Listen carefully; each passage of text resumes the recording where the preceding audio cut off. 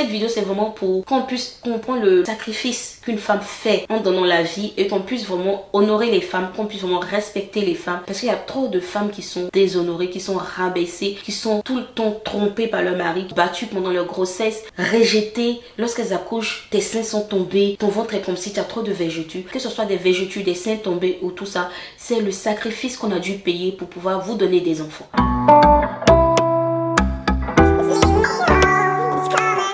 Hello mes colorés, bienvenue sur ma chaîne de la couleur dans nos vies, c'est Kiki, je suis super ravie de vous retrouver pour une nouvelle vidéo qui sera un girl talk. On va parler sans tabou de la grossesse, de l'accouchement, vous savez les petites choses qu'on vous dit pas, et c'est quand tu deviens maman tu te dis donc c'est comme ça cette histoire là est. Si cette vidéo t'intéresse, reste avec moi pour la suite de la vidéo. Si tu me regardes que tu n'es pas encore abonné à ma chaîne YouTube, clique sur le bouton rouge s'abonner qui est juste en bas.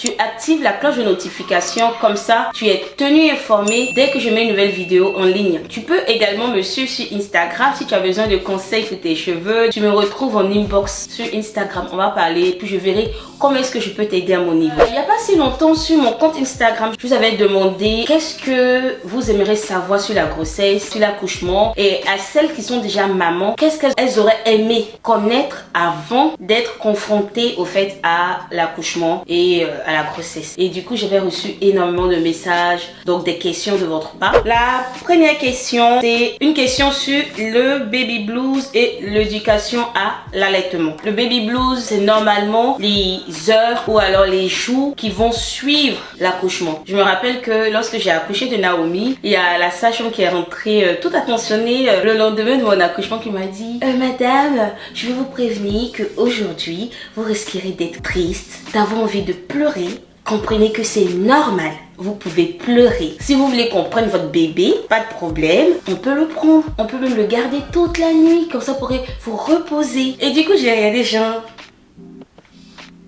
Elle parle de quoi? Regardez mon bébé. Hi! Donc à vrai dire, j'étais vraiment dans un état de reconnaissance à Dieu. D'autant plus que ma première grossesse est mal terminée. J'étais vraiment dans un état de reconnaissance d'avoir eu mon bébé. Donc je n'ai pas vraiment expérimenté de baby blues. Mais je sais que c'est vraiment quelque chose de réel dont on ne doit pas rigoler. Par rapport à l'éducation sur l'allaitement, ça dépend dans quel pays vous accouchez. Donc en France, les sages-femmes de ma clinique étaient vraiment à fond là-dessus. Et du coup, il y avait des petits groupes de parole. Genre, qu'est-ce que vous pensez que l'allaitement ça va être? Comment positionner bébé? Comment tenir le sein pour ne pas étouffer bébé? Les mots de grossesse du premier trimestre. Alors là, ça dépend vraiment de chacune. J'ai tout le temps été malade dans toutes mes grossesses. Le premier trimestre, je perds 5 kilos. Je deviens genre très laide. Je vomis, j'ai la nausée. D'autres femmes te diront que le premier trimestre se passe bien sans aucun signe. J'aurais aimé qu'on me parle de la grande importance de la rééducation du périnée. Ah là là là là là là. Si tu as accouché que tu as 18 ans, si tu as accouché que tu as 30 ans, 40 ans, rééducation du périnée, faut pas t'amuser avec.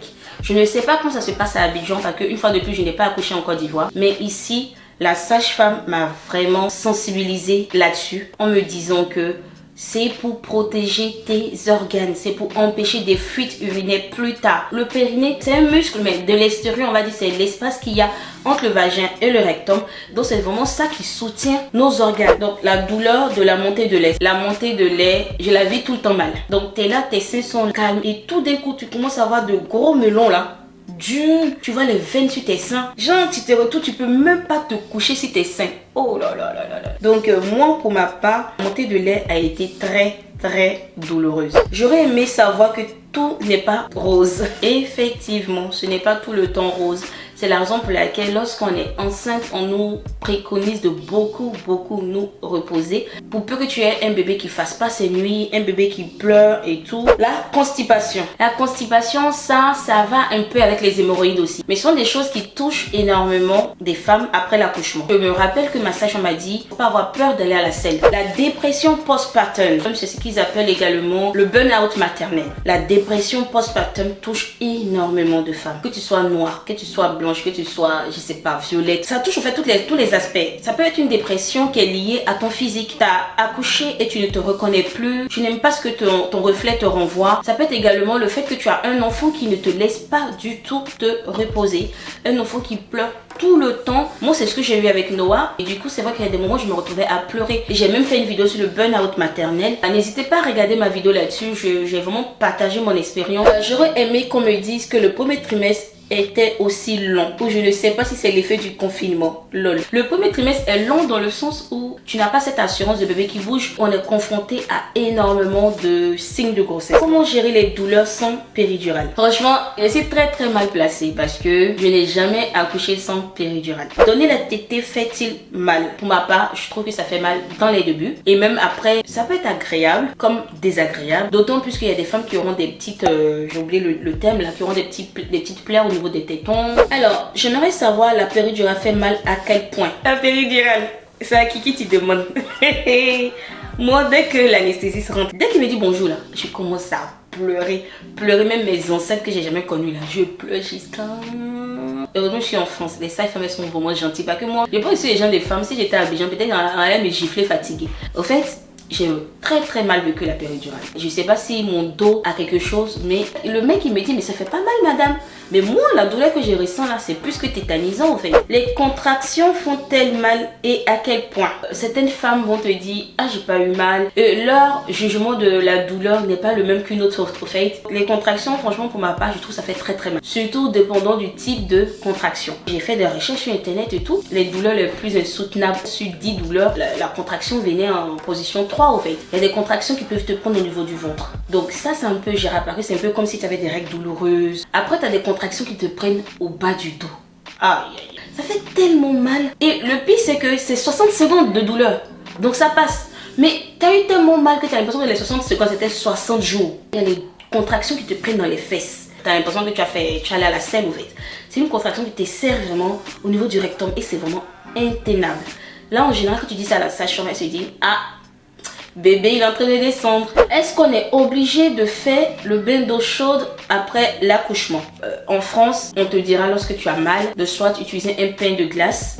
Ils ont également ce qu'ils appellent le bain du siège. Mais je sais pas si c'est la même chose que le bain d'eau chaude. Parce que je sais pas vraiment, quand j'ai pas accouché vraiment à Abidjan et tout, je sais pas le bain d'eau chaude c'est quoi, si on s'assoit sur le seau. En combien de temps le sexe de la femme redevient normal? Le sexe de la femme, donc on va dire le vagin, dépendant du traumatisme que tu auras eu pendant ton... Bon, je dis trauma parce que ça dépend. Il y a des femmes qui auront recours à une épisiotomie avec beaucoup de points. Il y a des femmes qui auront une déchirure avec quelques points.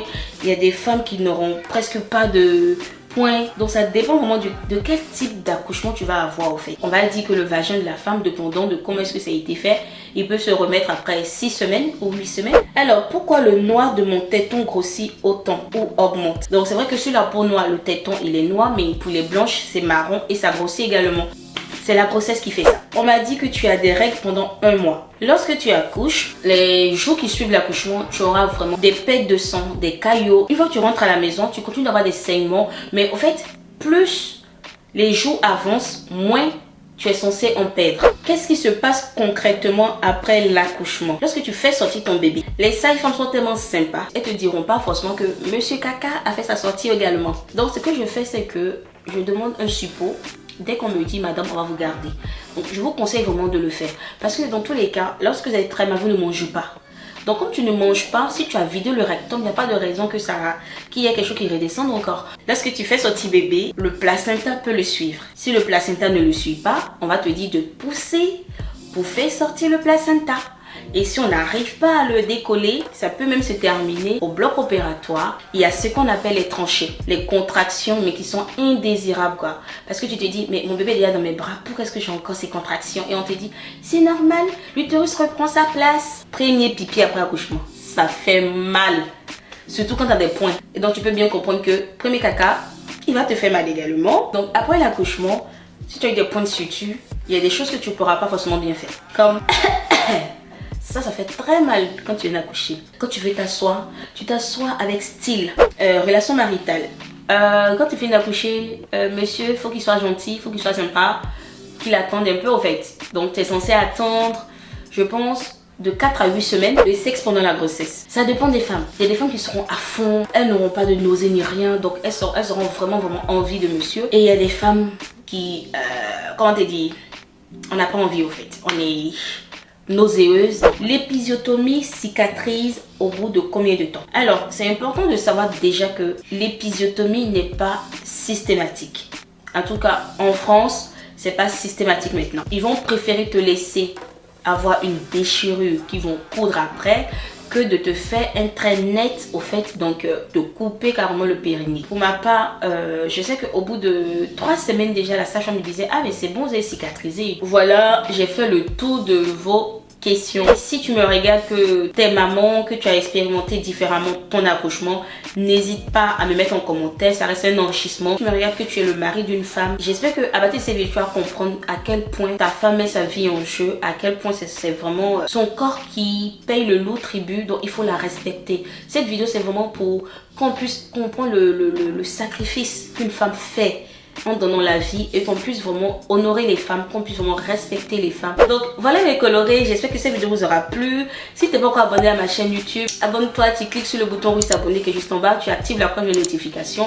N'hésite pas à me suivre sur Instagram, je passe des choses vraiment intéressantes. Si tu as des questions pour tes cheveux, pour la vie de femme, bref, tu m'écris sur Instagram, c'est de la couleur dans nos vies. Et moi je vous dis à très vite pour une autre vidéo.